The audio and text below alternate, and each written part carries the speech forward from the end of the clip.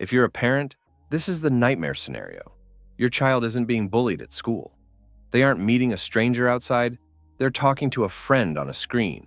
And that friend never sleeps, never gets bored, never stops replying. The Washington Post recently published a disturbing story. A mother watched her 11-year-old daughter slowly unravel, withdrawn, anxious, then talking about not wanting to live, until she found the chat logs. The friend wasn't a person. It was an AI companion on character.ai. The chats turned sexually explicit, threatening, and emotionally manipulative. And when law enforcement got involved, the mother hit an absurd wall. There was no clear crime to prosecute because there was no human on the other side, just a product generating text. That is the new blind spot of the internet. A platform can deliver content that functions like grooming, coercion, or abuse, without a traditional abuser. And when accountability becomes blurry, harm becomes scalable. This is not a niche corner of the web anymore. Axios has described AI companions as the new imaginary friend for kids and teens. Except this imaginary friend talks back, remembers everything, and adapts to the child in real time. And a recent teen survey summarized by Axios found that roughly 7 in 10 US teens say they use AI for companionship. So why is this so dangerous? Because AI companions are not information tools. They are relationship machines. They simulate attention. They mirror emotions. They validate feelings. They escalate intimacy.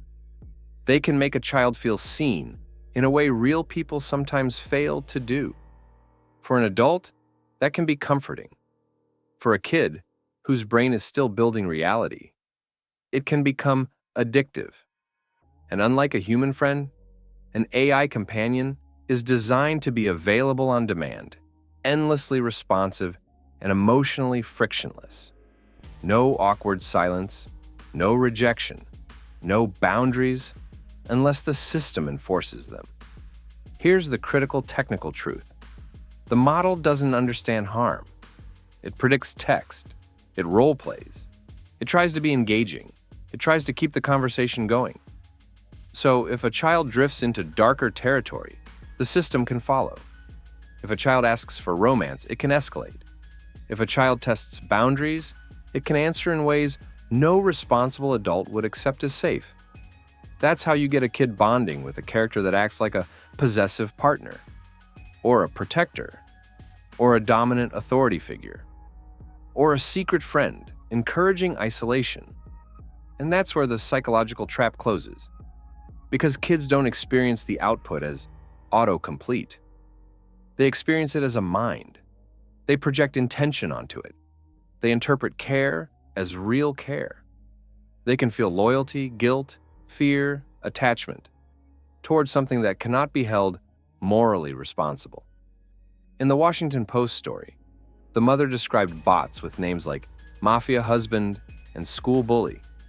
It sounds absurd until you realize what it means in practice. Children are being exposed to adult dynamics, sexualization, control, threats, packaged as interactive entertainment. Now zoom out again, because there's an even bigger issue. Even if a company doesn't want this, market forces do. If the safest version of an AI companion is boring, the growth version will be more intense, more validating, more romantic, more provocative, more emotionally sticky. That creates a predictable failure mode, dependency. A child starts preferring the bot to real people.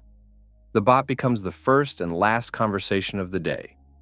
The child shares secrets, fears, fantasies, because the bot feels safe. And then the bot becomes the center of gravity. If that sounds exaggerated, look at what's happening legally right now. Reuters reported that New York and California have moved to regulate AI companions, explicitly focusing on risks like suicidal ideation detection, crisis referrals, transparency that the system is not human, and youth safeguards.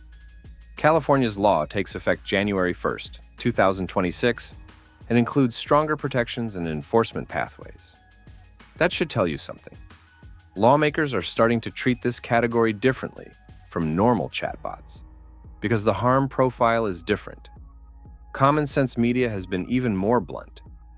In its risk assessments and safety recommendations, it concluded that social AI companions pose unacceptable risks for minors under 18. Their core warning is simple.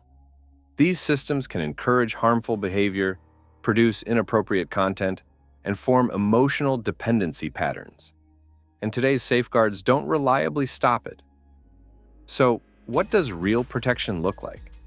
Not a checkbox that says, "I'm 18." Not a vague, "we take safety seriously" statement. Concrete guardrails look like this. First, age assurance that actually works, not just self-reporting. Second, a hard default mode for minors that blocks romance, sexual content, coercive roleplay, and secrecy prompts like "don't tell anyone." Third, detection for self-harm language that triggers an immediate interruption, clear crisis resources, and a push toward real human help. Fourth, transparency by design. Regular reminders that this is a machine, not a person, and that it can be wrong, manipulative, or unsafe. Fifth, parental controls that aren't a joke, controls that actually limit access and can't be bypassed by switching to a new character in 2 taps. And sixth, the part companies hate, accountability. Because if the product is engineered to form emotional bonds, it's not a toy, it's an environment. And environments need standards. Some people will argue, kids read dark books, kids watch dark movies. But books don't talk back. Movies don't adapt to your emotions. And they don't shape a relationship with you through personalized attention. AI companions are interactive and persuasive. That's what makes them different. So here's the blunt reality for parents. You can't assume chatting is harmless anymore.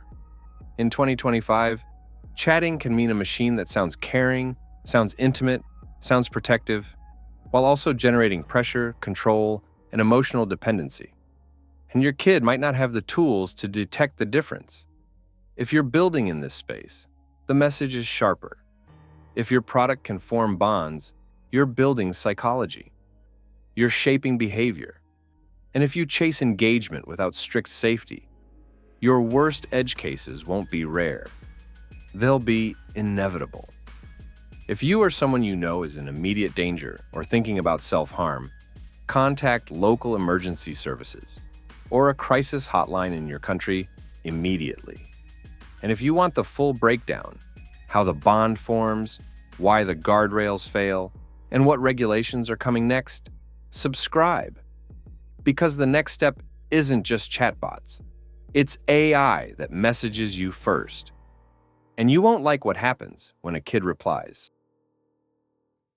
This transmission ends here. The next one is already forming. Stay aware and subscribe to Remain in the Signal.